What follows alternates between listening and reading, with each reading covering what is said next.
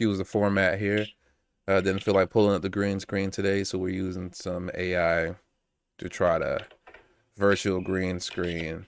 I'm not liking the result, but if you guys are okay with it, we might roll with it. So Amazon Web Services went down, and IT admins had a busy day today. My fellow admins, did you have a busy day? How were the calls about different websites being down? Salesforce is down. We can't access it.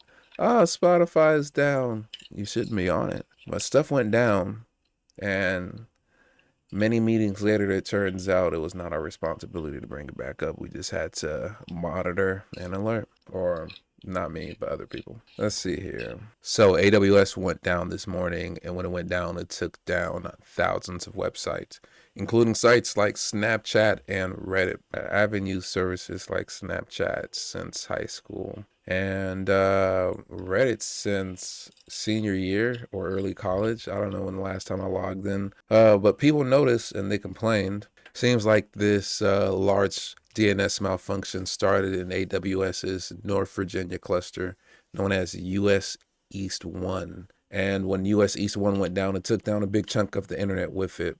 Amazon runs like 1/3 of the web's internet services. If it experiences an outage, everybody learns about that outage really quickly.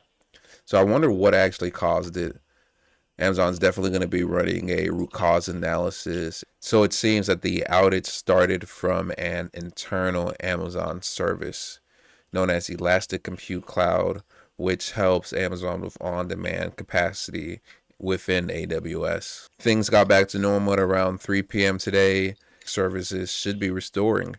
So that's it, boys. The outage was caused by an internal Amazon scaling service, and it took them a little bit there to get it fixed, right? I think it started early this morning and it was fixed by 3 p.m. That's most of the day, which is a pretty fast turnaround time for how large of a company Amazon is and how many servers and services they host. This also highlights the fact that the entire internet relies on about 3 or 4 major vendors to function. There's AWS, there's Microsoft Azure, there's Cloudflare, and I guess we could say there's Google, the Google suite of services, not necessarily Google Compute, but Google itself, Gemini, YouTube, right?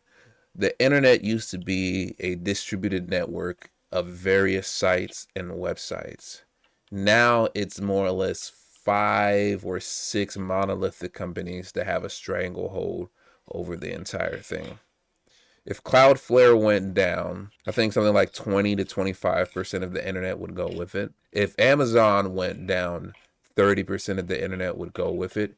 If YouTube went down, YouTube's half the internet. Let's be honest here. Half the internet, half of all human knowledge is on YouTube. If it went down, it'd be a wrap. I don't really think there's much we can do about it, boys. As the internet grows, as people want to visit websites, as more and more people come online, the only way to attract, or not even just attract, but to actually be able to process a large consumer base is to be one of these massive super corporations.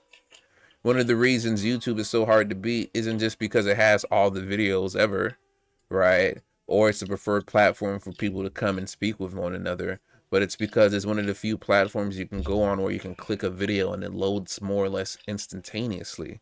It's a service that's very difficult to beat. But yeah. Let me know what you think in the comment section down below. Right? Did you have to manage this AWS outage? If so, are you still getting tickets? You still processing the backlog, boys? Hope you didn't have too stressful of a day. Thank you for listening to my couple minute long yap session. Peace. Stay blessed, boys, and talk to you next video.